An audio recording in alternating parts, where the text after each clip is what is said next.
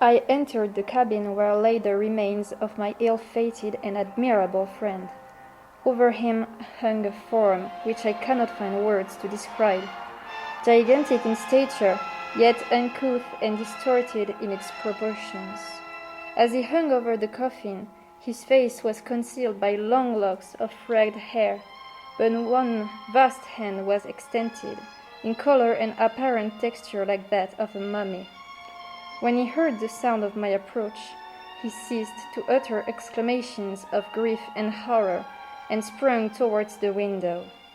Never did I behold a vision so horrible as his face, of such loathsome, yet appalling hideousness.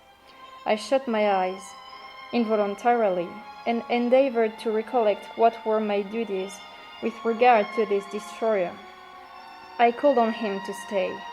He paused, looking on me with wonder, and, again turning towards the lifeless form of his creator, he seemed to forget my presence, and every feature and gesture seemed instigated by the wildest rage of some uncontrollable passion.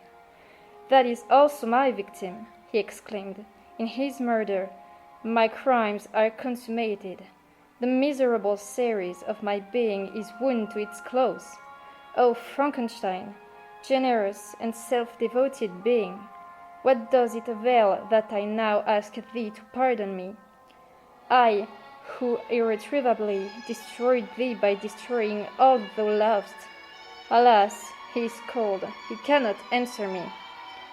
His voice seemed suffocated, and my first impulses, which had suggested to me the duty of obeying the dying request of my friend in destroying his enemy, were now suspended by a mixture of curiosity and compassion. I approached this tremendous being. I dare not again raise my eyes to his face. There was something so scaring and unearthly in his ugliness. I attempted to speak, but the words died away on my lips. The monster continued to utter wild and incoherent self-reproaches. At length, I gathered resolution to address him in a pause of the tempest of his passion. "Your repentance," I said, "is now superfluous. If you had listened to the voice of conscience and healed the stings of remorse before you had urged your diabolical vengeance to this extremity, Frankenstein would yet have lived."